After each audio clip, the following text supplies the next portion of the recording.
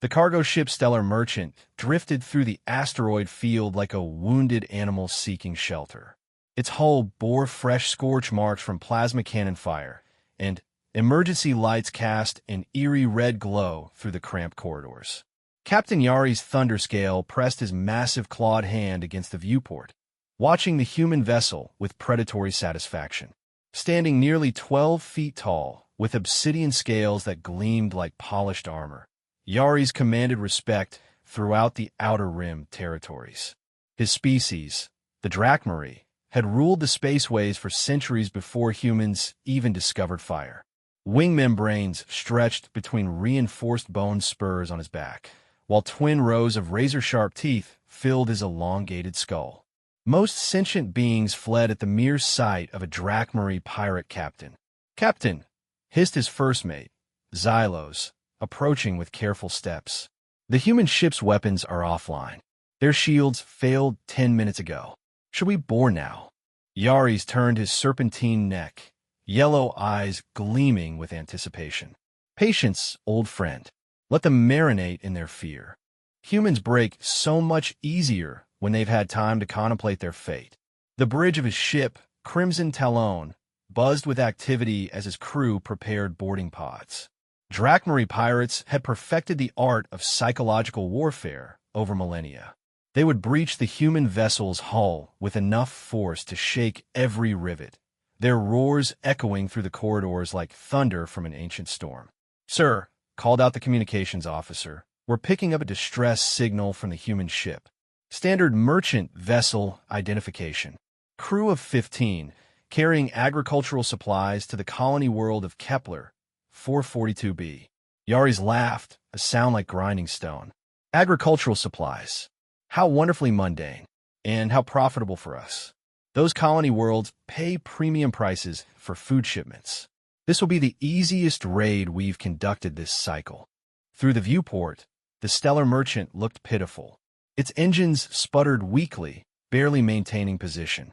The ship measured perhaps 300 meters from bow to stern, dwarfed by the kilometer-long bulk of the Crimson Talon.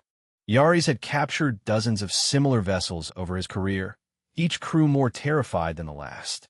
"Captain," Xylos reported, "thermal scans show the humans have gathered in their cargo bay, probably hoping to surrender quickly and minimize casualties. Standard human cowardice.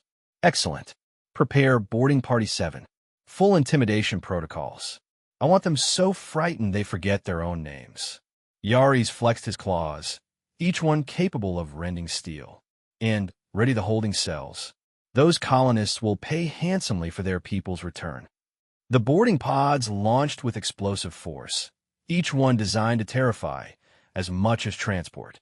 Shaped like enormous claws, they punched through the merchant ship's hull with devastating impact. The Stellar Merchant shuddered under the assault, its framework groaning in protest.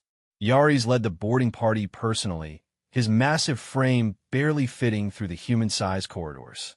Behind him marched 8 of his most ruthless crew members, their scales gleaming in the emergency lighting.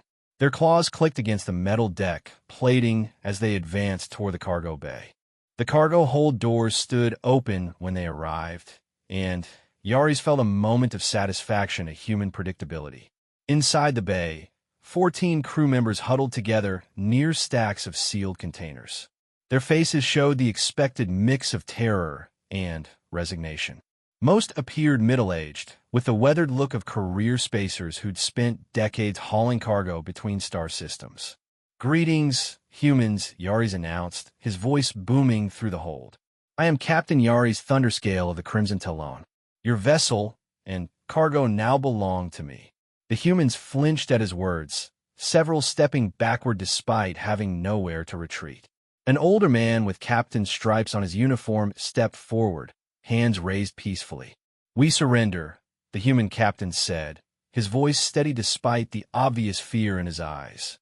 "Our cargo manifest is available on the main computer. We'll transfer ownership codes without resistance." Yari smiled, revealing rows of gleaming fangs. Humans always made the same speech. They thought cooperation would save them from the slave markets, not realizing that cooperation merely determined which markets they'd be sold to. Wise choice, Captain. Yaris paused expectantly. Martin Webb, of the merchant vessel Stellar Merchant. Captain Webb, your cooperation is noted and appreciated. However, your crew will be coming with us to ensure the cargo's proper documentation. The human captain's shoulders sagged slightly, but he nodded understanding. This was how piracy worked in the Outer Rim. Crews became valuable commodities, ransomed back to their employers or sold to labor camps, depending on market conditions. Yaris began counting the assembled humans, a habit developed over years of cataloging captured crews. 14 faces stared back at him, exactly matching the ship's manifest. But something nagged at his predatory instincts, a sense that details weren't aligning properly. "Where's your 15th crew member?" he demanded. Captain Webb's eyes flickered briefly toward a stack of cargo containers. We lost someone during the attack. Engine room explosion. The lie came too quickly, too smoothly. Yaris had heard thousands of lies during his career, and humans were particularly poor at deception. Their body language betrayed them constantly, involuntary movements and facial expressions revealing truth despite their words. "Xylos," he called to his first mate, "scan the ship for additional life signs." While his crew member activated a handheld sensor, Yaris studied the assembled humans more carefully. Their positioning seemed deliberately casual, as if they were trying to draw attention away from something specific. Several kept glancing toward the cargo containers Webb had looked at earlier. "Sir," Xylos reported, "sensors indicate one additional human life sign. Small signature, possibly young. Location appears to be behind those containers." Yaris smiled wider. Humans thought they were clever, hiding their young from pirates. They never seemed to understand that Drachmary thermal vision could detect body heat through most standard shielding materials. "Bring out your hidden crew member," he commanded. Now, the humans exchanged worried glances, their deception unraveling rapidly. Captain Webb raised his hands higher, a gesture of placation. "She's just a child," he said desperately. "A passenger. Please, she's not part of the crew manifest." A child? Yaris found this interesting. Human young typically brought premium prices in certain markets, their adaptability making them valuable for long-term labor contracts. "Bring her out immediately, or I will have my crew tear apart every container in this hold." After a moment's hesitation, Captain Webb called toward the cargo stacks. "Sarah, come out. It's going to be all right." A small figure emerged from behind the containers, moving with careful, measured steps. Yaris expected to see a frightened child, probably crying and clinging to the adults for protection. Instead, he found himself looking at the most composed human he'd ever encountered. The girl appeared to be perhaps 12 years old, with shoulder-length brown hair and surprisingly steady green eyes. She wore a simple jumpsuit similar to the crew's uniforms, but something about her posture suggested she wasn't merely a passenger. Most humans cowered when first encountering Drachmary pirates. This child simply observed him with calm assessment. "Hello," she said politely, as if meeting a new neighbor rather than a pirate captain. "I'm Sarachen." Yaris found himself slightly off balance. In his experience, human children either screamed in terror or hid behind adults when confronted with his presence. This girl showed neither reaction, instead studying him with what appeared to be professional interest. "Sarah Chun," he repeated, testing the name. "And what brings you aboard the Stellar Merchant?" Young human. "I'm traveling to meet my family on Kepler, 442b, she replied calmly. "They're expecting me next week." The simplicity of her answer bothered him. Most humans in this situation would babble explanations, pleading for mercy or promising valuables in exchange for freedom. Sarah Chun simply stated facts and waited for his response. "Well, Sarah Chun, your travel plans have changed.